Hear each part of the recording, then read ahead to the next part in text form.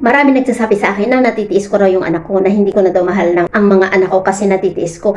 Porke ba tinitiis mo yung mga anak mo, hindi mo na mahal? Hindi ganun yun, kundi may purpose ako. Kung iuwi ko, dahil namimiss ko lang ang mga anak ko. Pagkatapos nun, pag wala akong ipon, wala akong pera, pagkatapos nun, wala din. Sinong kawawa? Di sila din.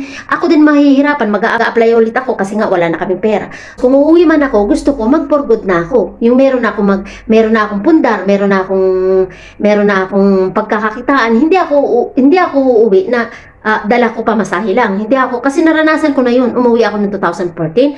As in, wala talaga. As in, wala talaga akong dala, kundi nasa 30,000 lang yun. Magkano lang yun, nagbayad pa ako ng excess baggage ko ng 10,000 sa airport kasi nag-excess niya. Kasi first time kong umuwi.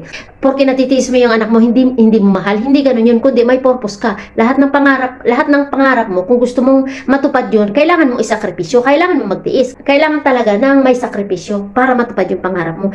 Kundi may purpose ka lang para sa kanila. Parang ang hassle kasi sa akin noon na uuwi ako, wala akong pera, pamasahe lang dahil lang sa namimiss ko yung mga anak ko.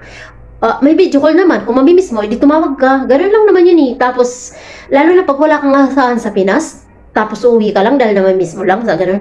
Wala din. Bakit ako nagtagal dito? Bakit ako nagtagal dito ng 17 years? Kasi nga, may purpose ako. Kailangan kong tiisin ang mga anak ko. Hindi naman porke tiniis ko yung mga anak ko, hindi ko na mahal, kundi dahil din yun sa kanila ang ginagawa ko. Malalaman din nila sa bandang huli kung bakit ko sila tiniis.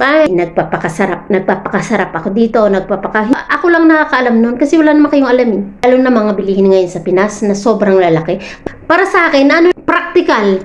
Ang iuwi ko, tapos yung pera na ibabayad nila sa ticket, edi piperahin ko na lang, yun na lang ipapadala ko sa nila. Anak ko,